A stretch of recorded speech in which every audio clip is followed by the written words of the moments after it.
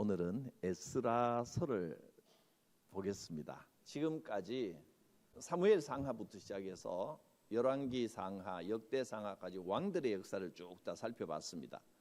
근데 이제 남왕국, 북왕국 나라가 다 망했습니다. 망하고 바벨론에 망하고 포로로 끌려갔습니다. 북이스라엘은 아수르에 망했는데 아수르가 또 바벨론에 망했고 바벨론의 남유다가 망하고 포로로 다 잡혀갔는데 이 바벨론도 망합니다. 영원한 나라가 어디 있겠습니까?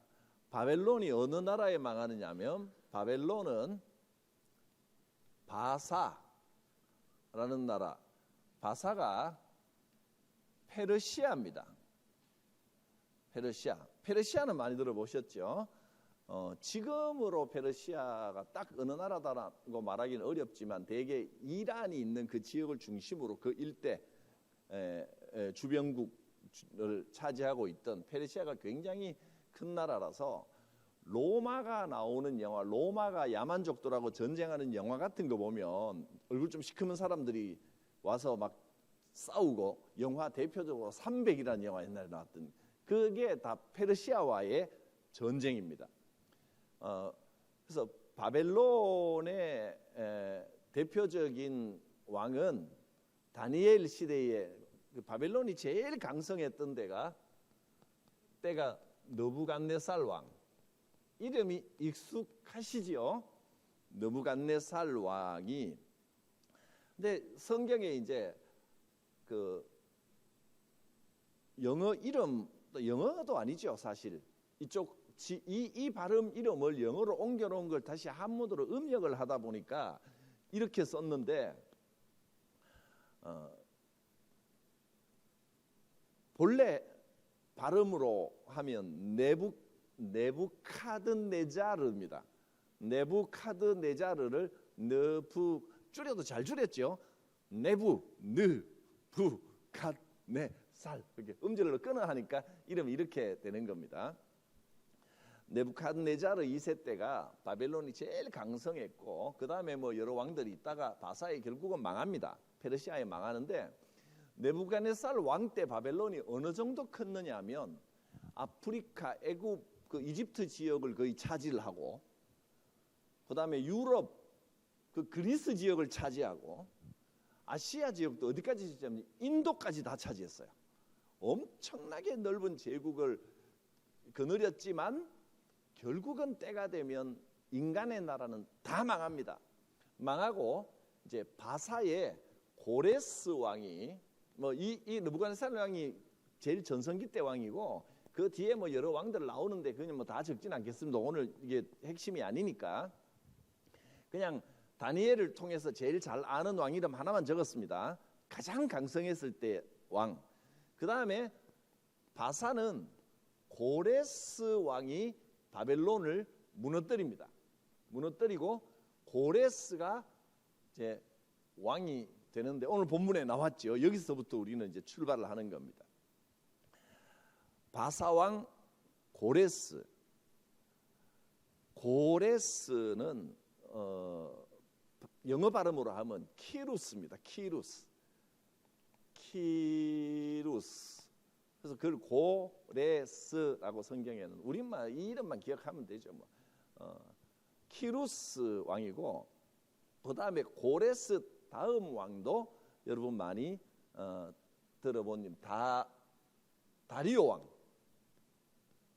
다리오는 영어 이름으로 하면 왜냐하면 일반 세계사에는 다 이 이름을 안 쓰고 여기는 한문으로 음력해 놓은 것이고 다리우스입니다. 다리우스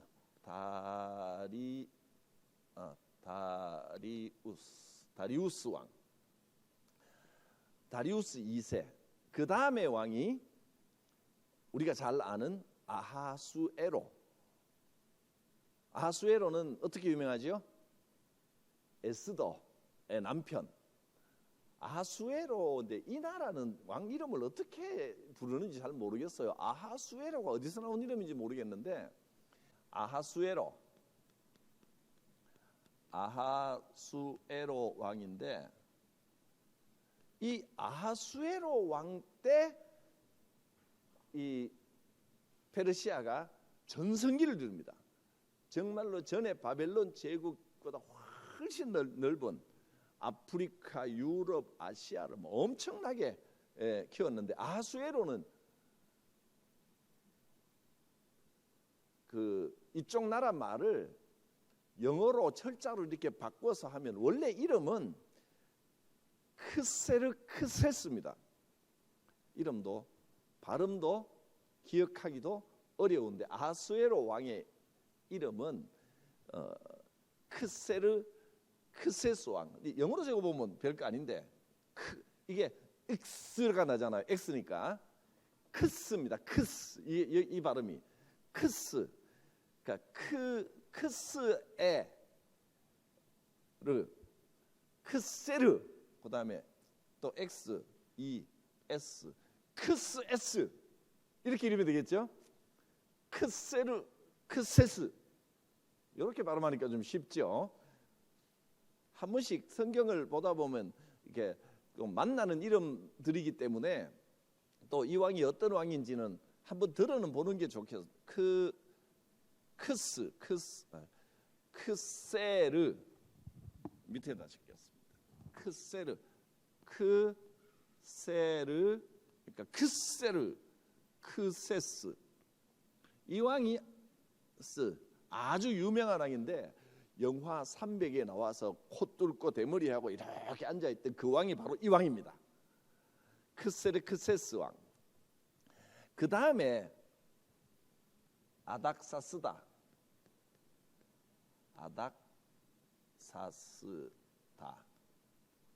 인데 아닥사스라도 이름이 아르타, 그러니까 아르타 여기까지는 되죠. 아르타. 그 다음에 이름이 요거하고 똑같아요. 아르타크세르크세스입니다. 이게 어떻게 줄이니까 아닥사스다가 돼요. 아르타크세르크세스 됩니까? 아르타크세르크세스, 아닥사스다, 이렇게 이름이 되는 겁니다. 여기 벌써 익숙한 듯 낯선 듯 익숙한 듯 하는 왕을 우리가 4명이나 지금 봤습니다. 페르시아 왕들입니다. 이 왕들이 왜 중요하냐면 다 이제 여기까지 이 아하수에로까지 하면 요거까지 하면 5명을 지금 제가 이름을 적었습니다.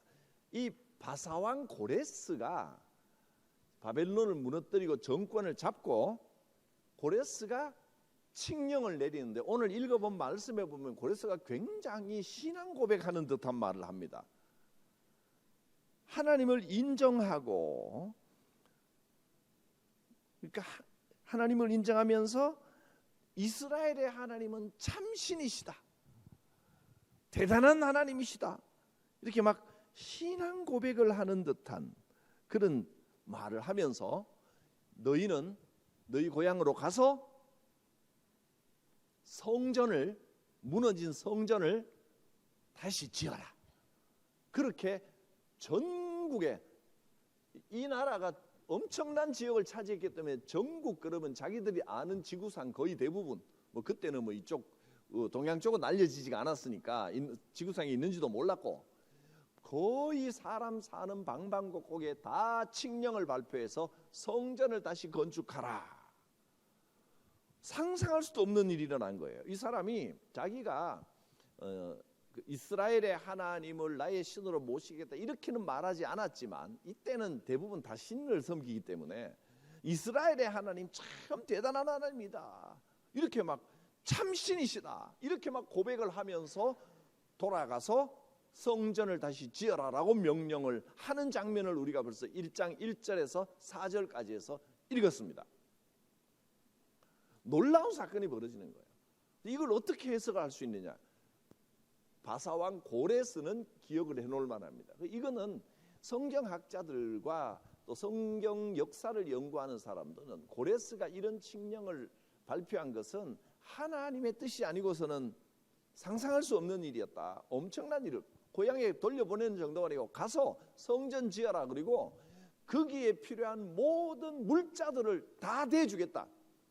그 옛날에 느부갓네살 왕이 성전에서 뺏어와서 창고에 쌓아놓은 금, 은, 그릇들 전부 내줘라. 다 가지고 가라. 그 성전 다시 지어라. 이렇게 명령을 하는 겁니다. 놀랍지 않습니까? 하나님의 역사가 아니고서는 설명이 안 되는 거예요.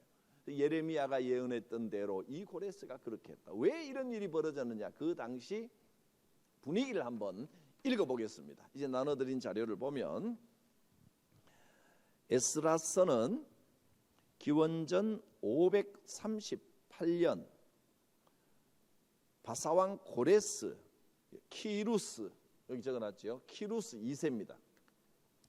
키루스 2세의 포로 귀한 칙령으로부터 이때로부터 시작해서 언제까지냐면 느헤미야 때까지 444년 느헤미야의 주도로 제3차 포로 귀환이 일어날 때까지 그 직전까지, 그러니까 1차 포로를 돌려보내고 2차 또 포로를 돌려보내는 그 역사를 다룹니다. 포로 귀환이 총 3번이 있었습니다. 3번. 3차까지 포로 귀환, 포로들이 3번 대규모로 돌아오는데 에스라는 2번째로 돌아옵니다. 3번째는 누가 왔을까요? 느헤미야가 왔죠. 느헤미야하고 친하니까 이제 대답이 빨리 나오시네요. 느헤미야는 이제 공부를 여러분 많이 해보신 분들이 많죠. 우리 CBS를 통해서 잘 공부해서 그러니까 그렇게 소그룹으로 공부하고 나면 공부할 때는 뭐 잘 모르고 어려운 것 같아도요, 굉장히 친해져서 성경에 자신감이 생기는 겁니다. 그게 은혜로 가는, 성경 묵상하고 읽고 은혜로 가는 그 지름길이에요. 조금은 알고 읽어야 된다는 거죠. 느헤미야 얼마나 좋았어요. 에스라도 이렇게 읽고 나면 조금 자신감이 생기는데, 근데 에스라는 읽기가 좀 힘이 듭니다. 왜냐하면 항상 읽기 힘든 게 역대기상 힘들었죠.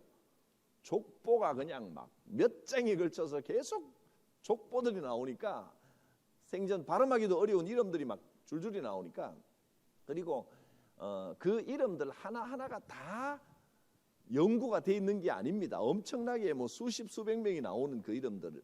그리고 에스라도 1장 2장에는 지금 4절까지 읽었는데 5절부터는 또 이름들이 나옵니다. 1차 포로 귀환 때 돌아온 사람들의 이름을 쭉 나열하니까 에스라 제대로 읽어본 사람 별로 없을 겁니다.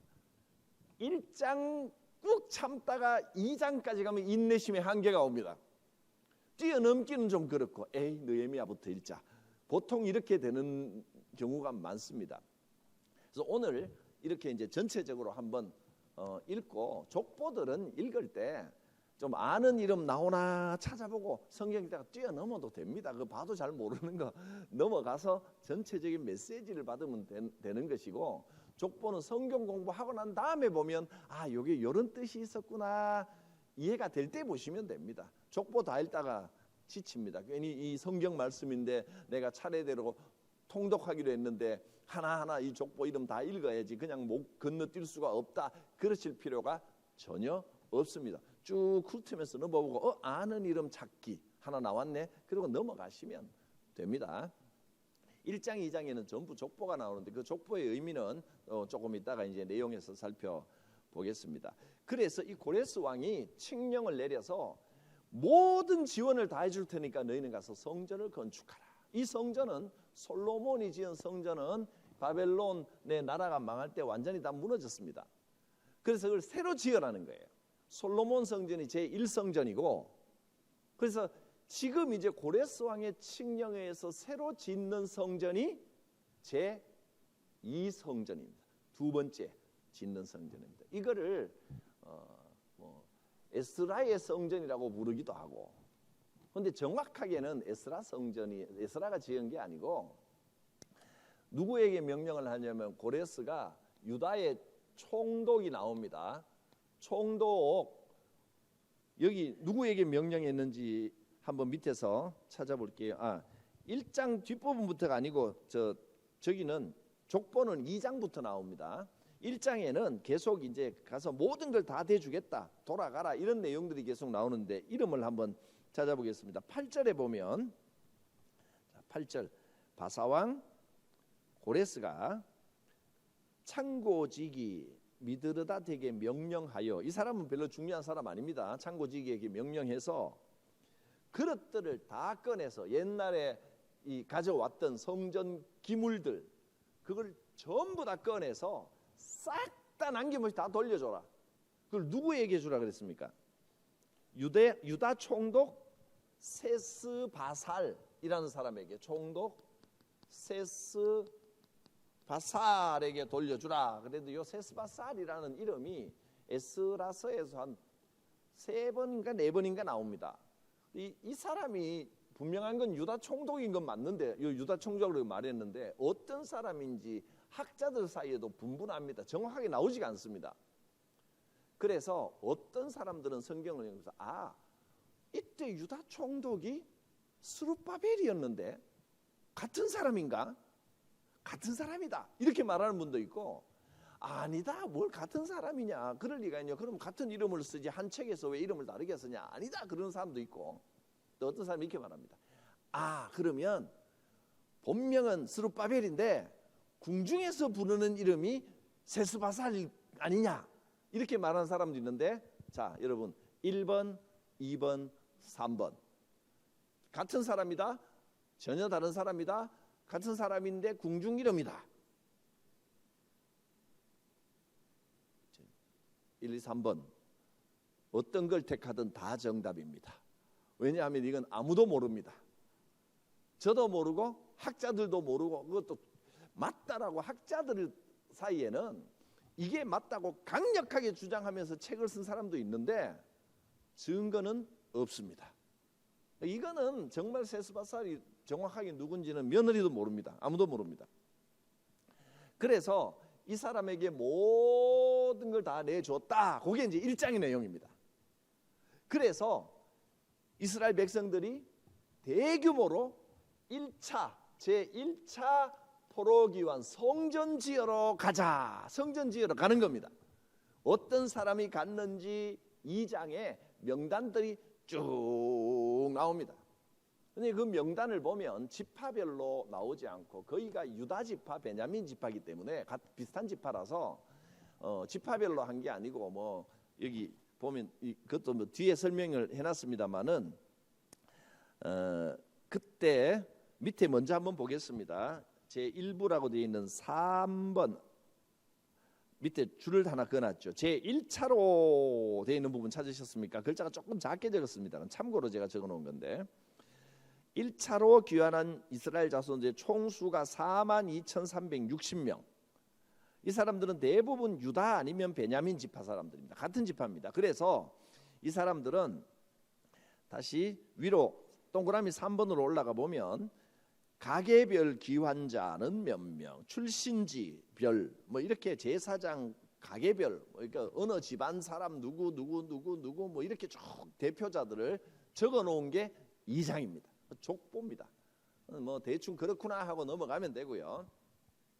그래서 이 사람들을 누가 인솔해서 왔느냐 그건 안 나오는데, 이 사람들이 와서 그건 뭐 하겠어요? 3장에 넘어가면 뭘 해야 되겠습니까? 성전을 짓는 거죠.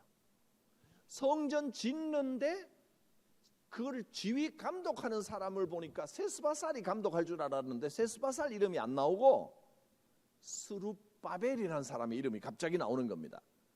두 사람이 같이 감독을 하는데 한 사람은 스룹바벨이고,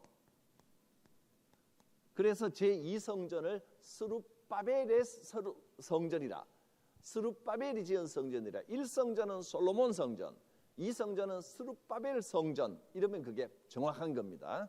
스룹바벨이라는 사람과 함께 조력하는 예수아라는 제사장, 이 스룹바벨도 유다 총독이라 이렇게 나옵니다. 그래서 이 총독은 뭐고 이 총독은 뭐지?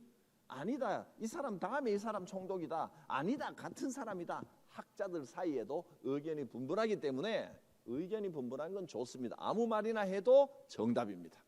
다 맞는 이야기입니다. 알 수 없습니다. 어쨌든 여러분은 이름만 세스바살은 잠깐 나오니까 그냥 성경 퀴즈 할 때나 필요한 이름이고, 은혜 받을 때는 크게 도움 몰라도 되는 이름이고, 스룹바벨은 성경 읽을 때는 알아야 되는 이름입니다. 예수와도 그렇고. 그래서 이 사람들이, 이 두 사람이 성전 짓는 것을 총감독하는데, 이제 3장 성전을 짓기 시작하는 장면을 한번 보겠습니다. 3장에 가서 3장 8절입니다. 8절에 가보면 예루살렘에 있는 하나님의 성전에 이른 지 2년 둘째 달에 스알디엘의 아들 스룹바벨과, 갑자기 나왔죠. 스룹바벨이 또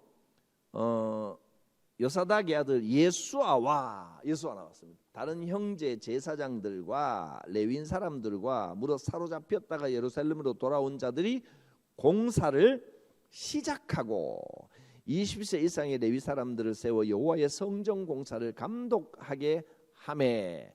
여기서 3장에 갑자기 스룹바벨과 예수아가 성전 짓는 일을 총감독하는 사람으로 유다 총독과 제사장의 대표 예수아, 이 사람이 탁 등장하기 시작했습니다. 참 쉽죠? 3장까지 이런 내용이 이제 진행이 되는 겁니다. 자, 이제 자료로 한번 넘어가 보겠습니다.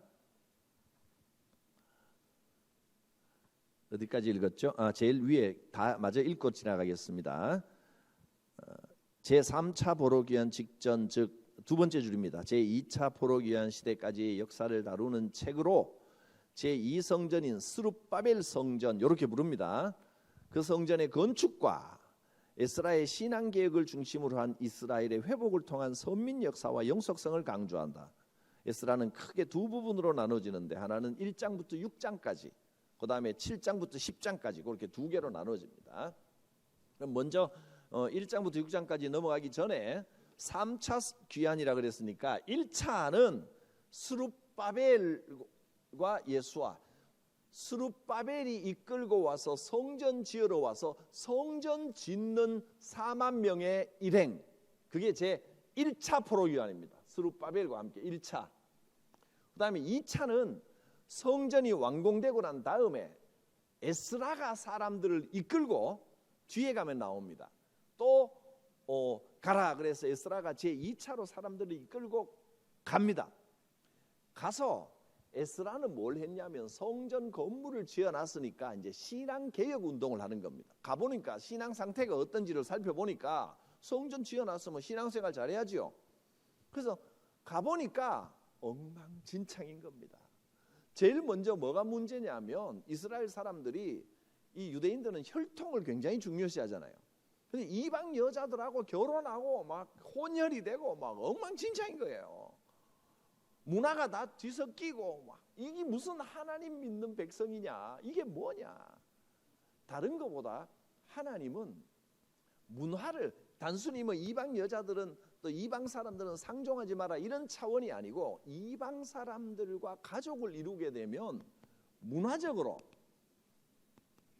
생각도 섞이고 뭐 또 사는 방식도 섞이고 사고 방식도 섞이고 옷 복장도 섞이고 음식도 섞이고 이렇게 막 뒤죽박죽이 되면 가치관의 변화가 온다는 겁니다.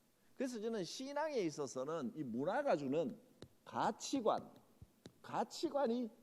가장 저는 중요하다고 생각합니다. 구약 시대부터 신약 시대 지금까지 신앙은 뭐냐? 가치관이 분명해야 됩니다. 같이 믿는 사람들끼리도요, 생각의 차이가, 이 신학적인 사고방식, 신앙적인 방향이 너무 다르면 안 믿는 사람보다 더 안 맞더라고요. 안 믿는 사람들은 그래도 하나님은 한 분인데 나는 하나님을 이런 방식으로 섬기고 나는 이렇게 신앙생활하고, 안 믿는 사람들은 인정해 주는데 신앙적으로 안 맞는 사람들은 참 그 힘듭니다. 그래서 신학이 중요하고 신앙이 중요한 겁니다. 가치관이면, 문화가 섞이면 가치관이 바뀌어 버린다는 겁니다. 그래서 이 같은 설교를 듣고 같은 예배를 드리는 이 우리들은 한 교회에서 성경을 보는 눈, 그다음에 영성, 이런 가치관을 하나로 만들어야 우리가 행복해집니다.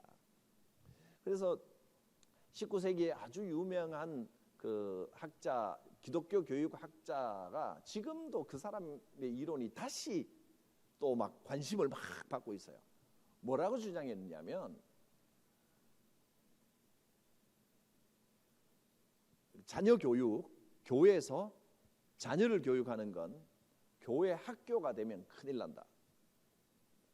신앙교육은 학교처럼 전달해서 가르칠 수 있는 게 아니라 신앙교육은 옛날에 우리가 대그룹, 대가족으로 살 때처럼 살면서 배우고 함께 예배하면서 몸에 배는 거지, 학교식 교육을 가지고 교재를 가지고 이런 이렇고 이런 이렇고 뭐 강의식으로 하고 이래서 배워지는 게 아니라는 거예요.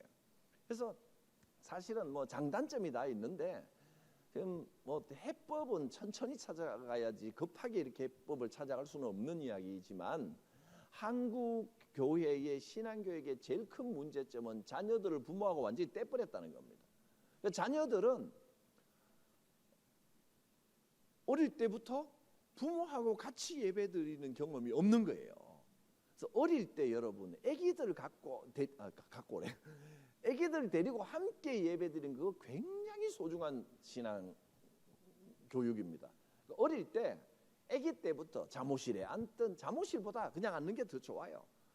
아기 좀 앵앵 칭얼거려도요 웬만큼 방해가 되는 거 아니면 조금 참아주고 기다려주는 게 필요한데 그 아이들한테는 그게 미래 교육이거든요. 함께 예배드리면서 신앙교육 되는 게 최고의 교육이다.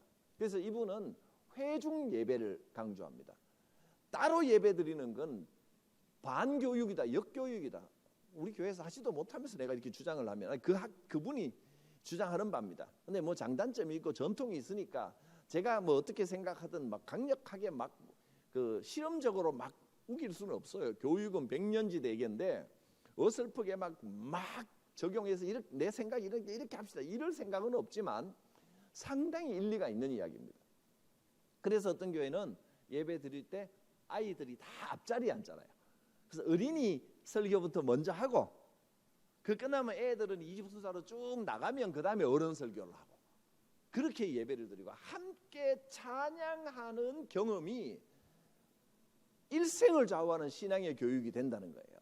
그래서 신앙은 머릿속에 배우는 것보다 몸으로 느낀 추억을 간직하는 것이 훨씬 더 큰 힘이 됩니다.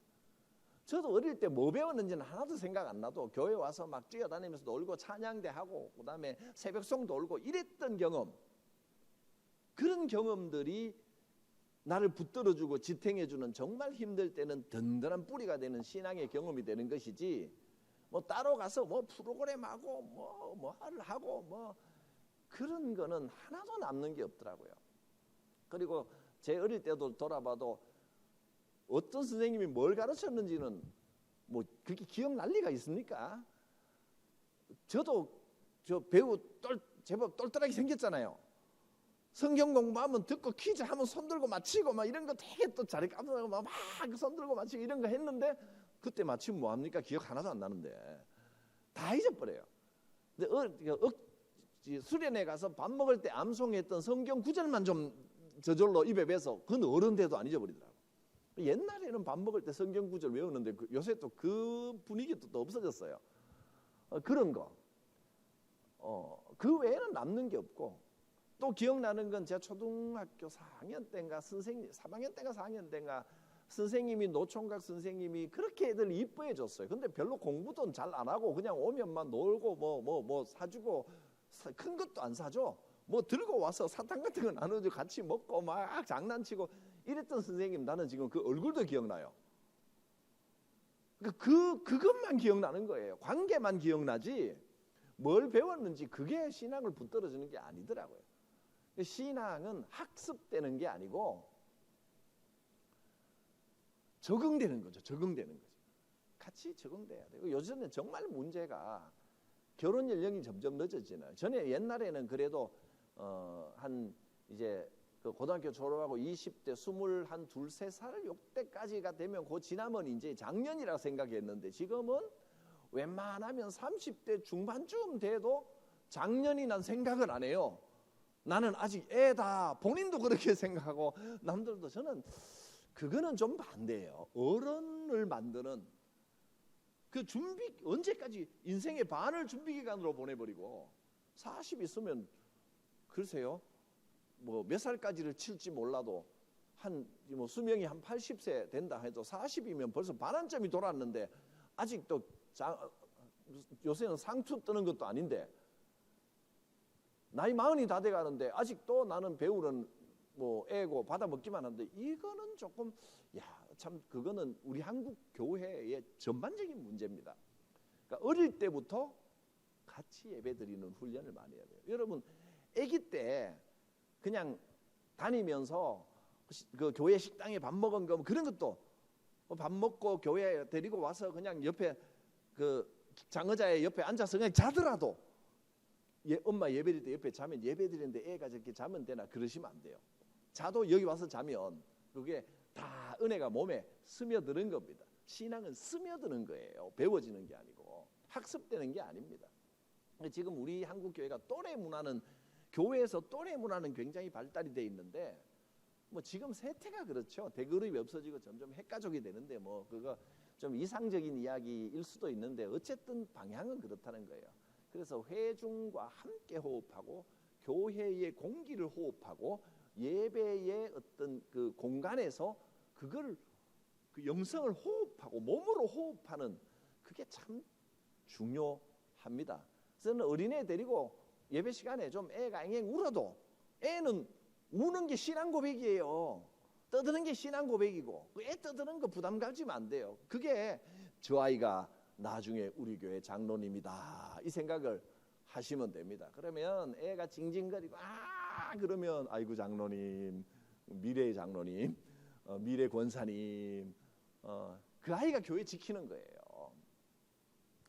그런 면에서는 참 교육을 처음부터 좀 다시 생각해 봐야 된다라는. 그래서 자꾸 교육이 요새는 애들도 집에서도 그렇잖아요. 애들이 들어가면 방에 문 닫아버려요. 애들하고 대화 잘 못하잖아요. 옛날에 안 그렇잖아요. 층층시야.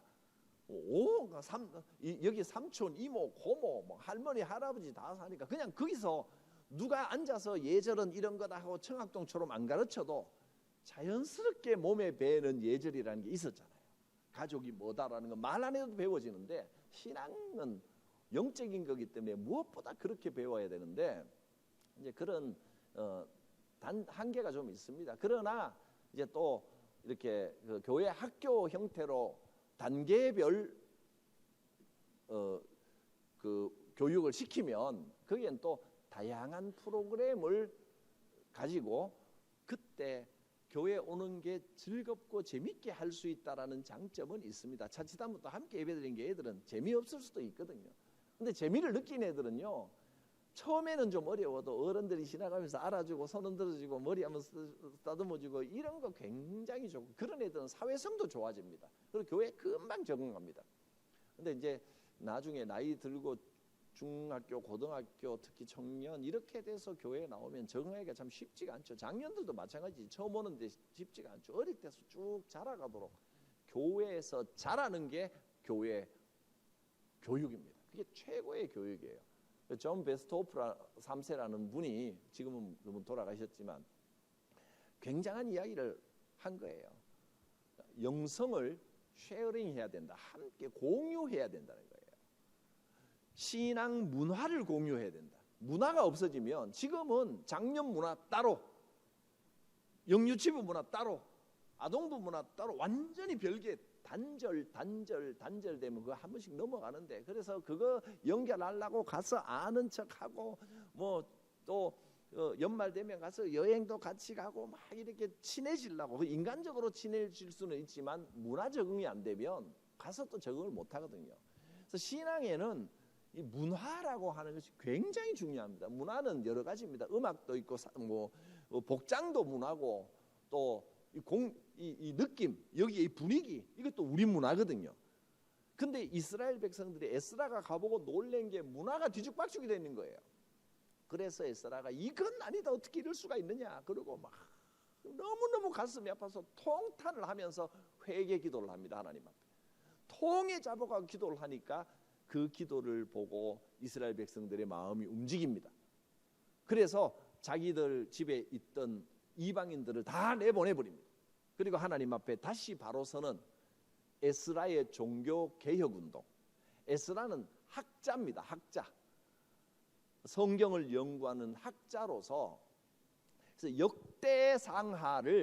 역대기를 에스라가 썼다라고 하는 것이 이 학자들이 전반적으로 일치하는 의견입니다. 에스라서도 에스라가 쓰고, 그러니까 대단한 학자입니다. 이 사람이 이 말씀 전문가죠. 와 보니까 이럴 수가 있느냐. 신앙에 있어서 제일 중요한 건 문화인데 이 사람들이 우리도 제사는 계속 드리고 있다. 하나님께 하나님께 제사 드리는 게 중요한 게 아니고, 뭐 그것도 중요하긴 하지만 제사만 드리면 뭐 하느냐. 문화가 엉망진창돼 있는데 우리는 예배 드리고 있습니다. 예배만 드리면 뭐 하느냐. 가치관이 전부 엉망이 돼 있고 문화가 뒤죽박죽이 돼 있는데 예배 드리는 게 무슨 의미가 있느냐. 그런 걸 보고 이제 에스라를 보고 좀 배울 필요가 있다 하는 겁니다. 그게 이제 제 2차 기한, 에스라는 와서 문화 개혁, 신앙 개혁 운동을 일으켰습니다. 그리고 3차는 이제 느헤미야가 와서 느헤미야는 안 죽었고, 3차는 느헤미야가 와서 무너진 성벽을 다시 재건하는, 스룹바벨은 성전, 에스라는 신앙, 정신적인 걸 새로 지었고, 그것도 지은 거죠. 뭐 다 무너진 거 새로 세운 거죠. 그다음에 느헤미야는 성벽, 말하자면 이 생활입니다. 생활의 자존심을 다시 이렇게 세운 거예요. 공동체를 이렇게 세웠다고 볼 수도 있죠. 그렇게 1차, 2차, 3차 포로 귀환이 있었습니다. 이런 정도 하면 이제 쭉 한번 읽어 내려가면 되겠습니다. 자, 두 부분으로 1장부터 6장까지인데 1장부터 6장까지 앞부분이 1차 기환 스룹바벨과 성전 건축에 대한 이야기입니다. 그다음 후반부 7장부터 마지막 10장까지는 제2차 에스라의 신앙 개혁 운동이 뒷부분에 나오는 겁니다. 앞부분만 먼저 한번 보겠습니다. 세스바살 스룹바벨 주도의 제1차 포로 귀환과 예루살렘 성전 재건. 1부는 다시 두 부분으로 나눠졌는데 1장, 2장은 우리가 지금 살펴봤고요. 왜 어떻게 해서 이 귀환 운동이 이루어지게 됐는지, 고레스의 칙령으로부터 어떻게 해서 성전을 다시 짓게 됐는지 1장에서 설명했고, 그 다음에 4만 명이 돌아온 사람들 중 가장 대표적인 인물들을 쭉 나열하면서 2장, 이게 이제 첫 번째고, 그 다음에 3장부터 6장까지는 성전 짓는 과정입니다. 좀 아까 3장에서 이제 처음 스룹바벨과 예수아가 성전 과정을 총감독한다부터 시작을 한 말씀 봤죠. 그 성전 짓는 과정만 한번 보고 넘어가겠습니다. 여기 중에 4번, 동그라미 4번 성전 건축 과정입니다. 제가 아주 압축해서 적었습니다. 첫째, 성전 짓기 전에 하나님 앞에 제사를 드립니다. 먼저 예배 드리고 번제, 그 다음에 두 번째 성전 건축을 시작합니다. 3장 7절부터 13절. 그런데 이런 좋은 일을 하려고 하면, 신앙 운동을 하려고 하면 꼭 방해하는 사람들이 나타납니다. 여기는 어떤 사람들이 나타났냐면 이 유다 지파, 베냐민 지파와 별로 왕래도 없었고 사이도 별로 안 좋은 사람들이 성전 짓는다는 소리를 듣고 찾아온 거예요. 찾아와서 우리도 같이 짓자. 성전 짓는데 우리도 함께 하자. 그렇게 말합니다. 직접 한번 찾아보겠습니다. 4장입니다. 4장에 보면 1절부터 한번 보겠습니다. 같이 읽어주셔야 찾았는지 안 찾았는지 제가 확인을 하고 넘어가겠습니다. 시작.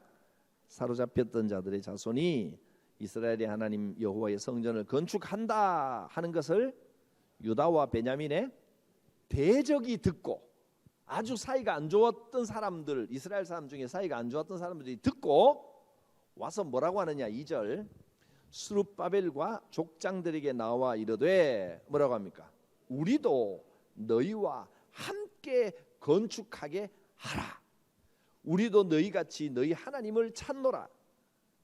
야수르 왕 에살핫돈이 우리를 이리로 오게 한 날로부터 우리가 하나님께 제사를 드리노라. 이 사람들은 누구냐면 이스라엘 사람들이 아니네요. 그러니까 이 지역에 이주해서 다 포로로 잡혀가고 바깥 다른 민족들도 막 이주시키고 이렇게 섞여 살았는데 여기 살면서 유대인의 하나님을께 제사를 드리는 그런 사람들이 된 거예요. 우리도 하나님 제사를 드렸으니 우리도 성전 짓는데 함께 하게 해다오, 힘을 보태겠다, 이러고 찾아온 겁니다. 이거 받아줘야 됩니까? 안 받아줘야 됩니까? 생각하기 나름인데 스룹바벨은 어떻게 했느냐면 그 다음에 보겠습니다. 스룹바벨은 3절 스룹바벨과 여수아와 기타 이스라엘 족장들이 회의를 해서 뭐라고 했냐면 이렇게 말합니다. 이르되 우리 하나님의 성전을 건축하는데 너희는 우리와 상관이 없느니라. 너희가 뭔데, 우리 민족도 아니고 너희가 뭔데 여기 숟가락 얹으려고 하느냐. 가라. 우리는 이방 족속이고 너희가 제사를 드리든 말든 너희가 우리 사이도 안 좋은데 여기 끼려고 그러냐. 가라. 우린 같이 할 수 없다. 너희는 상관없다. 그러면서 그 다음에 바사왕 고레스가 우리에게 명령하신 대로 우리가 이스라엘 하나님 여호와를 위하여 홀로 건축하리라. 우리끼리 하겠다. 너 필요 없다. 가. 이래버린 겁니다. 그랬더니 이 사람들이 어떻게 됐겠어요? 보통 이럴 때 어떻게 돼요? 삐지죠. 화가 난 겁니다. 그래서 이 사람들이 성전 건축을 방해하기 시작합니다. 막 엉터리로 가짜 뉴스 해가지고 왕에게 막 그 모함하고 고소 집어넣고 막. 그래서 결국은 성전을 건축하지 못하고 성전 건축이 중단돼 버립니다. 그 다음에 방해하는 자들에 의한 성전 건축 중단. 이 중단하고 오랫동안 다시 짓지를 못합니다. 4장 제일 마지막에 보면 이에 예루살렘에서 하나님의 성전 공사가 바사왕 다리오 제2년까지 중지되니라. 다리오 왕이 기원전 465년에 왕이 됐으니까 제2년이면 467년. 그러니까 엄청난 세월 동안 성전이 아예 짓다가 중단. 그리고는 뭐 손도 못 대는 겁니다. 많은 세월이 흘러버렸습니다. 그래서 선지자들이 보니까 너무너무 안타까운 거예요. 하나님의 성전을 짓다가 중단하다니 이럴 수가 있나. 그때 나타난 선지자가 학개 선지자와 스가랴 선지자입니다. 그래서 학개서와 스가랴서는, 특히 학개서는 주제가, 학개소 예언서 중에 학개서는 성전을 건축하라, 이게 학개의 주제입니다. 이때 그 성전 건축하라는 제2성전, 짓다가 중단된 성전 그거 지어야 되지 않느냐. 하나님의 성전을 건축하라고 그렇게 백성들을 설득한 결과 다시 성전 건축이 재개됩니다. 다리오 왕이 그 방해하는 사람들의 이야기 듣다가 옛날에 고레스 왕이 뭐라 그랬냐, 자료를 찾아보니까 고레스 왕이 칙령을 내려서 다 돌려보내고 모든 걸 다 지원해라. 자기 선선한 그 고레스 왕은 태조 아닙니까? 태조, 바사의 태조. 이 사람이 칙령을 내리고 왕의 명령은 취소가 없습니다. 엄청난 왕이 자기 벌써 몇 대 앞입니까? 3대, 여기까지 치면 4대 그 앞에 선대 가장 백성들의 존경을 받는 이 나라를 개국한 왕이 강조를 해서 꼭 이거 해라라고 한 자료를 발견을 하고, 아이고 이게 다시 해야 되겠다, 다시 해라라고 허락을 해서 이제 스룹바벨과 예수아가 성전을 결국은 완공을 하게 됩니다. 이 성전은 솔로몬의 성전에 비하면 진짜로 초라합니다. 노인들은 이 성전 보고 펑펑 울었다 그래요. 솔로몬의 성전을 봤던 사람들은 그 화려했던 성전이 짓긴 지었는데 이렇게 초라해서 어떡하냐 하고 통곡을 할 정도로 그렇습니다. 그 다음에 그러면 나중에 헤롯 왕 성전은 언제 어떻게 된 걸까요? 이 성전이, 이 제2성전이 계속 갑니다. 근데 헤롯 왕이 되고 난 다음에, 헤롯 왕은 정통 왕이 아니잖아요. 이방 지역에 있는 혼혈이거든요. 유대인들이 싫어해요. 유대인들에게 잘 보이려면 어떻게 해야 됩니까? 하다가 성전을 멋지게 리모델링 해주마. 이렇게 해서 헤롯 왕이 이 성전을 리모델링을 하는데, 리모델링 수준이 아니고 이거는 뭐 벽 몇 개, 기둥 몇 개 남겨놨는지 몰라도 싹 바꿔버립니다. 완전히 어마어마하게 짓습니다. 휘황찬란하게, 외형은 막 삐까뻔쩍하게 대대적인 리모델링을 해서, 리모델링은 보통 다 놔두고 안에만 좀 고치고 이런 건데 그 정도가 아니고 완전히 새로 짓다시피 엄청나게 새로 지어서 그렇게 헤롯 성전이, 큰 성전이 된 겁니다. 그러니까 헤롯 성전은 1성전 솔로몬 성전, 2성전 스룹바벨 성전. 그럼 헤롯 성전은 뭡니까? 2.5 성전입니다. 그래서 이스라엘 사람들은요, 지금도 유대인들은 제3성전을 기다립니다. 유대인들은 제3성전이 나타나는 날 메시아가 온다, 이렇게 믿고 있습니다. 그날이 유대인들이 온 지구를 통치하고 세상이 끝나는 날이다. 제3성전은 여호와 하나님이 친히 임재하시는 이 지상성전이 아니고 새로운 성전이다. 그래서 아는 사람은 다 아는데, 유대인들이 제3성전, 얼마나 돈이 많습니까? 전 세계에서. 유대인들이 제3성전을 짓기 위해서 기물하고 뭐하고 전부 다 모아가지고 비밀스러운데, 그건 뭐 공공연한 사실입니다. 어디다가 아무도 모르는데 다 넣어놨답니다. 준비만 되면 물자고 뭐고 뭐 얼마나 많습니까? 그냥 제3성전을 지으려고 준비를 다 해놨어요. 왜 못 지을까요? 성전은 막 함부로 짓는 게 아닙니다. 모세 오경에 있는 예언대로 제3성전을 지으려면 조건이 있습니다. 레위기에 보면 속죄제, 자기들이 나라를 잃고 땅도 잃고 그다음에 뭐 그 하나님의 백성답지 못하게 전 세계에 흩어져서 수천 년을 살았잖아요. 그러니까 제사도 못 드렸잖아요. 성전도 잃어버렸고, 그 죄를, 그 깊은 죄를 속죄를 해야 제3성전을 지을 수가 있는 겁니다. 어떻게 하면 속죄를 하느냐? 속죄 제사를 드려야 되는데, 그 속죄 제사를 드리려면 붉은 암송아지가 태어나야 됩니다. 붉은 암송아지가, 순전한 붉은 암송아지가 태어나면 그건 제3성전을 지을 준비가 됐고 여호와 하나님이 허락을 하셨다는 뜻이다. 그렇게 믿고 있거든요. 그래서 이스라엘 에서 제일 영향력 있는 신문에 붉은 암송아지가 나타났다 하고 소문나고 막 하면요, 신문에 일면에 실립니다. 이만한 사진 몇 번 실린 적이 있었습니다. 붉은 암송아지가 나타났다, 헤드라인, 붉은 암송아지 등장, 제3성전은 오는가, 이 헤드라인 뽑고 막 엄청난 이슈입니다. 몇 번 나타났었어요, 붉은 암송아지가. 어느 농장에서 붉은 암송아지가 나타나서 새끼가 나와서 막 학자들 달려가고 취재진 달려가고 막 어마어마하게 난리가 났어요. 얘가 이제 조금 몇 개월 되면 이걸 제사를 드릴 수가 있는데 흥분을 했습니다. 이제 이거 얼마나 엄청난 일입니까? 흥분을 했는데 나중에 보니까 귀 안에 전부 다 빨간 털로 덮여 있는데 까만 털인지 하얀 털인지 몇 개가 이렇게 있더랍니다. 불합격. 발톱 사이에 뭐 흰 털이 몇 개 있으면 불합격. 완전히 붉은 털로 덮인 암송아지 라야.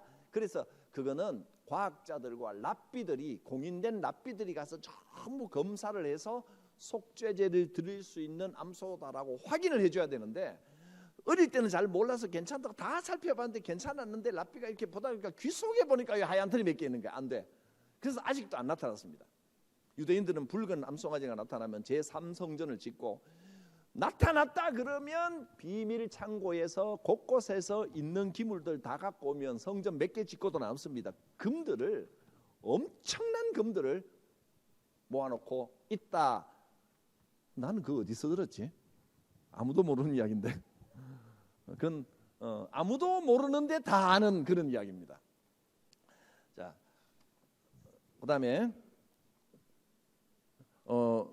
성전 봉헌하고 유월절을 지키는 재밌는 이야기라서 제가 조금 길었네요. 이제 빨리 정리해야 되겠습니다. 2부 7장에서 10장은 에스라가 아까 다 설명은 들었기 때문에 2차 포로 귀환하고 와서 1번 BC 458년에 발생한 제2차 포로 귀환 사건, 이 메시지의 요점은 하나님께서 택하신 백성을 무사하게 예루살렘으로 돌아오도록 모든 역사의 이면에서 섭리하셨다고 하시고 보호하셨던 사실이다. 그리고 귀환한 한 사람 한 사람이 모두 하나님의 은혜의 대상으로 중요한 존재들이라는 사실이다. 여기 또 명단이 쭉 나왔고요. 그 다음에 에스라의 신앙개혁운동, 이스라엘 자손들의 이방인과의 통혼 실태, 이스라엘의 타락에 대한 에스라의 상심, 어떻게 이럴 수가 있느냐. 그러면서 이 타락에 대해서 에스라가 회개의 중보기도를 드립니다. 에스라의 회개 중보기도로 인해서 백성들의 회개와 우리가 잘못했습니다, 다 몰아내겠습니다, 정결하게 하겠습니다 하고 개혁을 맹세합니다. 이스라엘의 개혁을 위한 총회를 소집하고 이스라엘 개혁 조치를 발표하고 백성들이 순종합니다. 그래서 자손 가운데 이방 여인을 아내로 맞은 자들 명단을 아예 여기다 실어버립니다. 신문에 이름 나는 것도 무서운데 성경에다가 이 사람들은 이방 여인을 아내로 맞은 인간들이야 그러면서 제사장이면서도 이방인 여인을 맞았어 하고 여기다가 이름을 싹 10장에 이름을 다 기록해놔 버립니다. 그만큼 아예 새겨버립니다. 자, 그 다음에 2번 에스라의 회개 중보 기도와 개혁운동. 내용은 간단하지요. 뭐 어려울 게 하나도 없습니다. 이게 1장부터 10장까지 전체 내용입니다. 에스라가 귀환하였을 당시 이스라엘 공동체는 매우 심각한 문제를 안고 있었다. 많은 이스라엘 자손들이 이방 여인을 아내로 맞이한 것이다.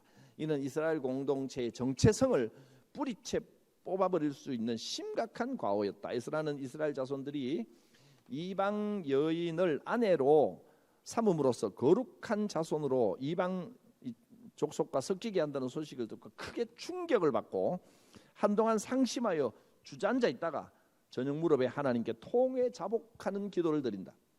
이러한 회개의 중보기도는 백성들에게 신선한 반향을 일으켰다. 에스라 자기도 깜짝 놀랍니다. 백성들이 자신들의 잘못을 뉘우치고 회개하며 이방 여인과 그 소생을 내어보냄으로써 개혁을 단행할 것을 맹세하였다. 그리고 2번 길게 적어놓은 이 내용은요, 에스라의 중보기도를 3번역으로 적어놓은 겁니다. 그 뭐 다 읽기는 좀 길고 중간에 3번째 줄 이제 기도 시작입니다. 에스라가 너무 슬퍼서 저녁 때에 속옷을 입은 채로 무릎을 꿇고 두 팔을 들고 하나님께 기도를 드렸는데 어떻게 기도했냐. 하나님, 너무나도 부끄럽고 낯이 뜨거워서 하나님 앞에서 차마 얼굴을 들 수가 없습니다. 이렇게 기도를 하고 내려와서 8절도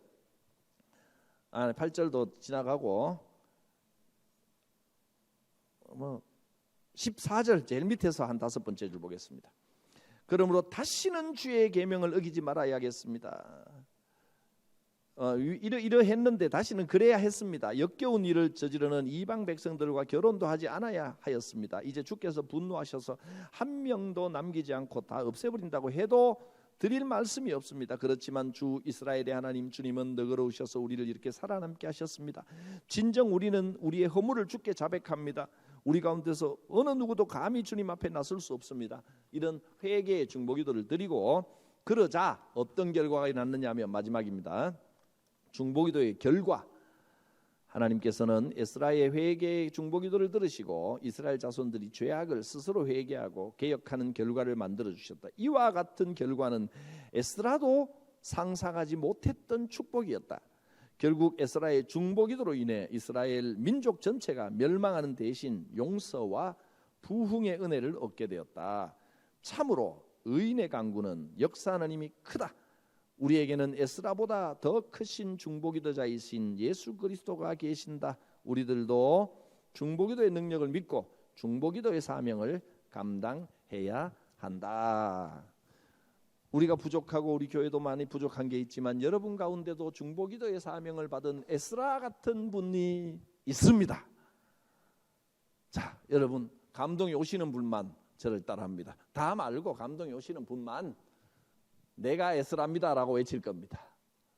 따라합니다. 내가 전부 다 하실 겁니까? 내가 애쓰랍니다. 교회를 위한 회개의 중보기도, 우리가 부족하고 잘못한 게 많지만 그 기도로 하나님께서 우리를 정결케 해주시고 회복시켜 주셔서 이제 회복의 때를 맞이할 겁니다. 복음으로 회복됩니다. 찬송하겠습니다. 너 예수께 조용히 나가 내 모든 짐 내려놓고 주 십자가 사랑을 믿어 죄 사함을 너 받으라. 주 예수께 조용히 나가 내 마음을 쏟아놓으라. 늘 은밀히 보시는 주님 그 은혜를 베푸시리. 주 예수의 은혜를 입어 내 슬픔이 없어지리. 내 이웃을 늘 사랑하여 너 받은 것 거저주라. 주 예수께 조용히 나가 내 마음을 쏟아놓으라. 늘 은밀히 보시는 주님 그 은혜를 베푸시리. 주 예수를 친구로 삼아 늘 내 옆에 모시어라. 그 영원한 생명샘물에 내 마른 목 죽이어라. 주 예수께 조용히 나가 내 마음을 쏟아놓으라. 늘 은밀히 보시는 주님